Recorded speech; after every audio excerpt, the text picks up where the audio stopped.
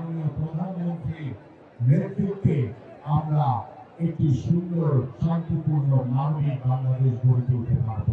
এবং আমি আবার বলছি, আপনারা কেউ কোনো প্রকার অন্যায় প্রভাব বিস্তার করার চেষ্টা করবেন না, কাউকে করার সুযোগ দেবেন না আপনারা। কারণ আমরা জনগণের একজন প্রতিনিধি হয়ে আমরা ঢাকা মহানগর সহ সারা বাংলাদেশে আমাদের মাননীয় প্রধানমন্ত্রীর নেতৃত্বে আমরা একটি শান্তিপূর্ণ মানবিক বাংলাদেশ গড়ার মাধ্যমে আমরা দেশ গড়ার যে পরিকল্পনাগুলো হাতে নিয়েছি সেটা একটু একটু করে ইনশাআল্লাহ আমরা বাস্তবায়ন করব।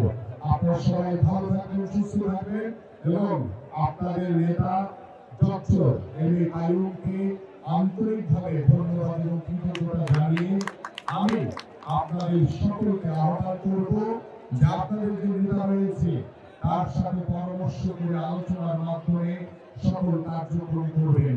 কারণ আমরা চেইন অফ কমান্ড মেনটেন করে চলার চেষ্টা করবেন। দয়া করে কেউ কোনো প্রকার অনৈতিক কোনো অপকর্মের সাথে জড়িত হওয়ার চেষ্টা করবেন না। কারণ আপনাদের একটি ভুল আমাদেরকে ক্ষতিগ্রস্ত করবে। এই জন্য সবাই সতর্ক থাকবেন এবং আমি আপনাদের সকলকে এই পবিত্র রমজানের দোয়া কবুল ঠিক আগ মুহূর্তে আপনাদের সকলকে আন্তরিকভাবে ধন্যবাদ এবং কৃতজ্ঞতা জানিয়ে আমার বক্তব্য শেষ করছি। সবাই ভালো থাকবেন, সুস্থ থাকবেন।